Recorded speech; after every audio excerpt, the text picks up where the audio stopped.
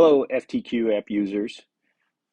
Got a quick update here for the new inspection instructions that we've added with smart forms available.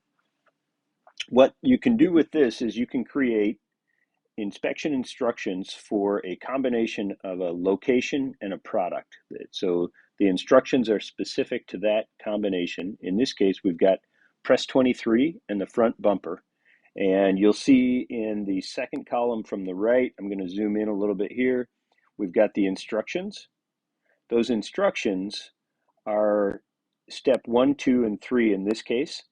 And I have to step through them to be able to make an entry. So I'm just going to tap on the image for the instructions so you can see it enlarged. You'll see that it shows the image that I attached to this particular step. And what it's asking me is to inspect slots for cracks and answer if they are free of cracks. So where do I put that? There's a box underneath that is where we can put our input. In this case, the answer is yes, and now I tap, and it takes me to the next step. I can zoom in on this one, and again, it shows me the details of what the step is. It's asking me for this one particular slot, what is the width in millimeters? So I can put in that answer, and I'm just going to put in 6. I tap that I've done that. I don't have an image attached to the final, but it's asking me, have all the required steps been completed? I tap, and the answer is yes. Then, once I've done that, I can make an entry. This particular part is good, so I'm not going to change the status from good. I'm not going to add any defects. I'm going to hit submit, and I've made that entry.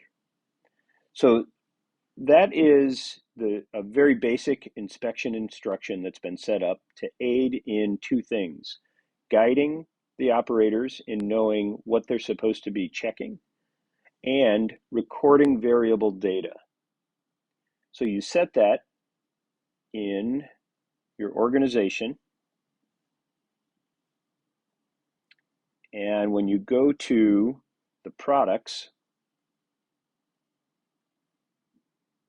so we're going to go organization, I go to my products here on the left, then I choose a product. This is the front bumper, and then I choose inspection instructions.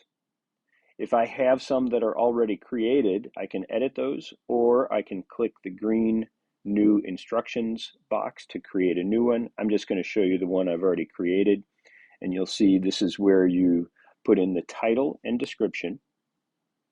If you want to ask for input, that's where you put it. And you can make that input required, and this is where you attach your images. So those are the basics of the inspection instructions. I hope you're able to make good use of that feature.